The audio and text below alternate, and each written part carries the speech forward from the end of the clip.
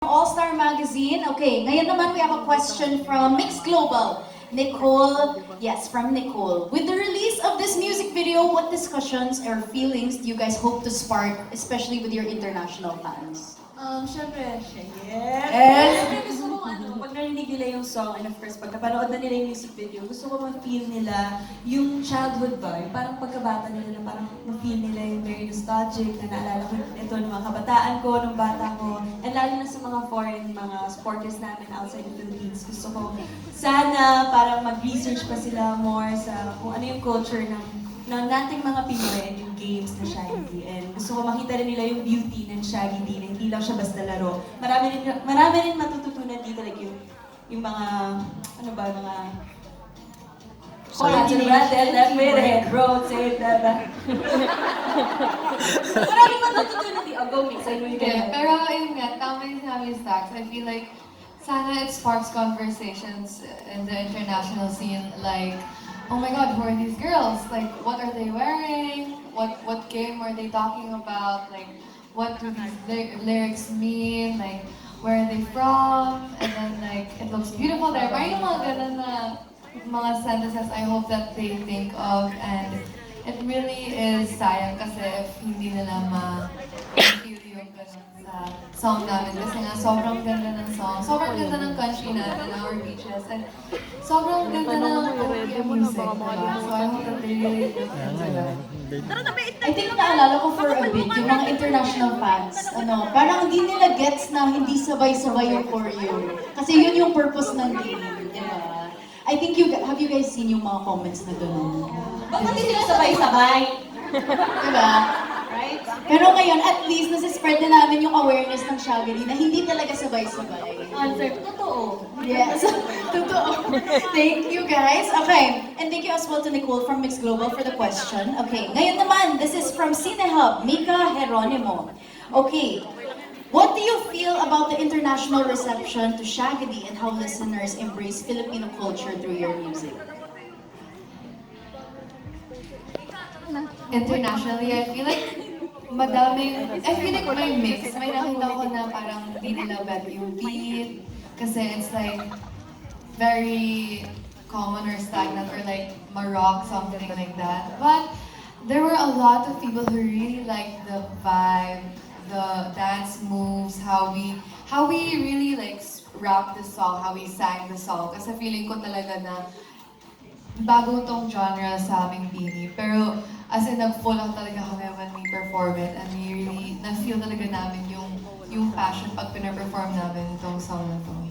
And I feel like parang subjective din kasi siya. Pag may gusto kang song, huwag kang mag-expect na magugustuhan din siya ng ibang tao. So, grateful kami na yung Blooms, like, alam naman namin na iba tayo ng taste, di ba? Parang outside Bini's music, may iba pa kayong music na pinakikinggan. So, yung na-build namin na home, yung taste nila na, okay, parang meron tayong similarities talaga. So, yun yung grateful ako na nag-unite talaga yung mga tao because of music. And, ayun, because of music, parang may communication talaga. Kahit, it's like a language na hindi mo matatranslate ng kahit ano.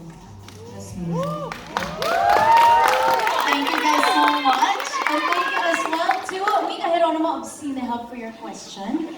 Our next question is from Ivy of Rappler. Okay, so you've gone around the world together. Do you guys have any memorable experience that you guys want to share during the tour? And yung mga new learnings daw?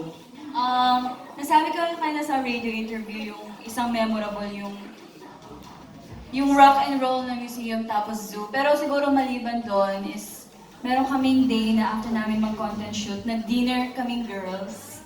And, kwento ko ba? Tapos okay. So medyo fancy, fancy restaurant, ganyan. Pasok kami. Siyempre, pormahan namin, casual lang, ganyan. Muntik pa kami natin dala, Ben. Ang dami namin dala. So parang muntik pa kami mapasabak kasi sabi namin, judge ata tayo girls. Parang siguro, may group of girls sabi, ang kakaganon sa amin. Parang napaparinig sila sabi, this is a very fancy restaurant, right? Tapos sabi namin, ate, balik yung order ka, bilisan mo. So sabi namin, Mas dadamihan pa namin yung order kesa sa table nila. Yun lang. I love that night. Pero yung ano, kwento mo sa kanila yung swimming natin, Oregon. Diba nakakatawa? Okay. Yung swimming. Okay, And then it was in Albuquerque, New Mexico. Sa Oregon, Okay, it was in Oregon. So, best day yun. Best day yun. And then, ano yan, nung hapon, kanya-kanya kaming buhay. Tapos nung paggabi na, parang nagkayayaan lang biglaan na, girls, tara sa pool. Yung ibang girls na galing sa mall, bumili ng mga swimsuit. Basta bumili sila ng swimsuit kaya gusto nilang mag-swimming. Tapos yung ibang girls kami ni Ate Jo na naka-stop lang sa hotel. Sabi namin, sige, baba kami. Ganyan-ganyan. Eh di... Hindi, yung itsura kasi ng hotel, ayun yung pool. Tapos ito yung hotel. Mga veranda. Lahat ng rooms may veranda. Kitang-kita kami. Eh di, wala pang tao sa pool. Yay, solo natin. Ang unang na-dip, si Staco, tapos si Ate Maloy. And So, me. Like two-piece. Tapos si Mix, ano din siya. Biglang may ano. Biglang, Kadarating pa lang natin, nagsilabasan. Di mo basta actually nakakainis, hindi siya nakakatawa. Nakakatawa. Kasi pagdating namin doon wala, tapos ang biglang narinigan nilang may mga babae doon, biglang lumabas yung mga batang lalaki. teenagers. Mga teenager na lalaki, like obvious na puro Athletes. bata, ganyan. Tapos habang nag-swimming sila, bumaba din! Nag-swimming din sila. Tapos, ayun, kinocompete namin sila ng ingay kasi nagpapapansin sila. So, habang nagbabackflip sila, nagre-race, ang ingay nila! Ano ginawa mo, Huwag mo Stacks? sabihin yung significant. Sabi kasi, Stacks, guys, alam niyo ba yung TikTok? Yung dapat pag-act ka na baliw ka para lumayo sa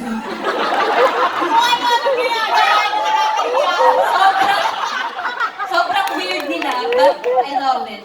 Kasi hindi na sila pinapansin nung guys. Tapos dumating nga sila Coach Mickey, umahon na sila. Laki ni Coach Mickey, takot sila.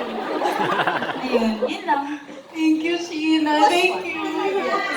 Grabe si Coach Mickey, nakakatakot talaga si